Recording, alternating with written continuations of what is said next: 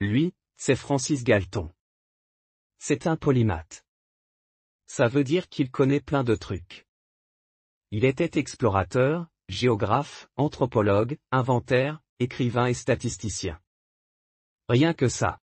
Et Galton, il adorait mesurer des trucs, il a cartographié la beauté des femmes, la vitesse des piétons, les motifs des empreintes digitales, la taille des crânes, la forme des visages, la vision, l'audition et bien plus. Un peu plus tard, il essaie de faire pareil avec l'intelligence des gens.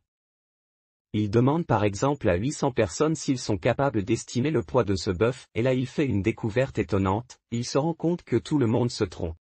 Mais que le jugement médian de tous les participants est très proche de la bonne réponse, soit 547 kg alors que le bœuf en pesait 545.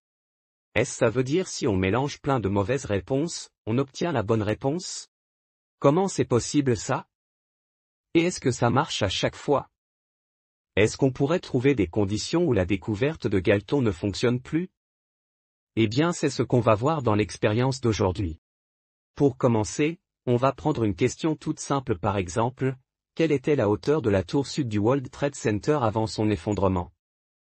Comme pour le poids du bœuf de Galton, c'est un problème d'estimation, ça veut dire qu'on doit estimer une grandeur, au total 98 personnes ont donné leur estimation de la hauteur du World Trade Center. On regarde tout de suite les résultats, dans ce graphique on regarde le pourcentage des estimations entre 0 et 50, entre 50 et 100, entre 100 et 150 etc., comme vous le voyez c'est assez étalé. Alors avec ces données on peut calculer deux choses, la précision individuelle et la précision collective, vous me dites la différence c'est quoi? Bon la précision individuelle c'est la moyenne des précisions de chaque réponse, dans notre étude elle est de 63%, et la précision collective est tout simplement la moyenne de toutes les estimations de la foule.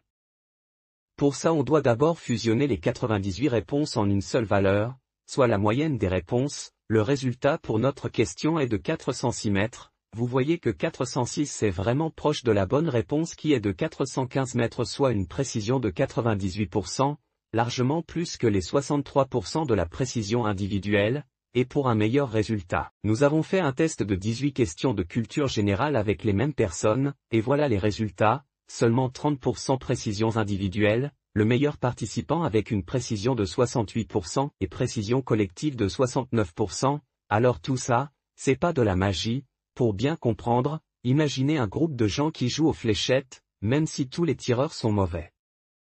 Et que leurs fléchettes vont terminer leur course n'importe où autour de la cible, mais la position moyenne des impacts sera proche du centre, parce que c'est le point que tout le monde essaie d'atteindre, avec plus ou moins de réussite, mais comment ça fonctionne? En fait il y a une condition si les fléchettes sont dispatchées un peu trop haut, d'autres trop bas. Trop à droite ou trop à gauche, les erreurs se compensent et la moyenne est proche du milieu et là on dit que les tirages sont indépendants, mais si tous les impacts sont du même côté de la cible, forcément la moyenne sera aussi décalée de ce côté-là, et là ça ne marche plus, on dit que les tirages sont biaisés. Et c'est exactement pareil pour les jugements, on répète la même question celle de la hauteur de la tour World Trade Center, avec les mêmes personnes, mais cette fois on produit un biais dans les jugements, on laisse les participants discuter entre eux, comme ce sont les mêmes participants qui ont répondu au questionnaire, s'il n'y avait pas eu d'influence. On aurait retrouvé le même histogramme du début, et voilà le résultat, la discussion a complètement modifié le jugement des participants, le couloir avec le plus de participants était bien la bonne réponse, et là la précision individuelle s'est améliorée, en revanche la précision collective. Elle va se détériorer parce que les jugements ne seront plus répartis de manière homogène autour de la bonne réponse, alors vous allez me dire c'est cool, mais à quoi sert tout ça exactement? En fait il y a beaucoup de situations dans la vie où on demande aux gens d'évaluer quelque chose et on regarde la valeur moyenne, par exemple sur les sites de notation en ligne, et là ça doit bien marcher parce qu'il n'y a pas d'influence donc l'évaluation collective doit être très précise, eh bien non. En fait il y a une autre forme d'influence assez vicieuse qui est induite par le vote séquentiel, et ça veut dire que les gens donnent leur avis, mais les uns après les autres, et à chaque fois ils sont exposés au jugement de tous ceux qui sont passés avant, et ça c'est une forme d'influence, alors est-ce que c'est une bonne ou une mauvaise façon de faire?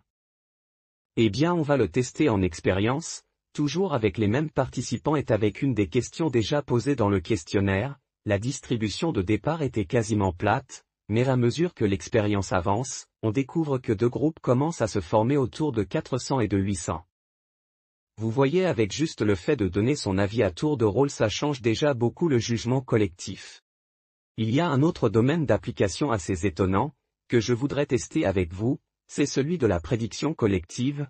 Oui, si la foule peut estimer correctement une valeur numérique, on peut lui demander par exemple d'estimer la probabilité pour qu'un événement particulier se produise dans le futur, une sorte de boule de cristal collective.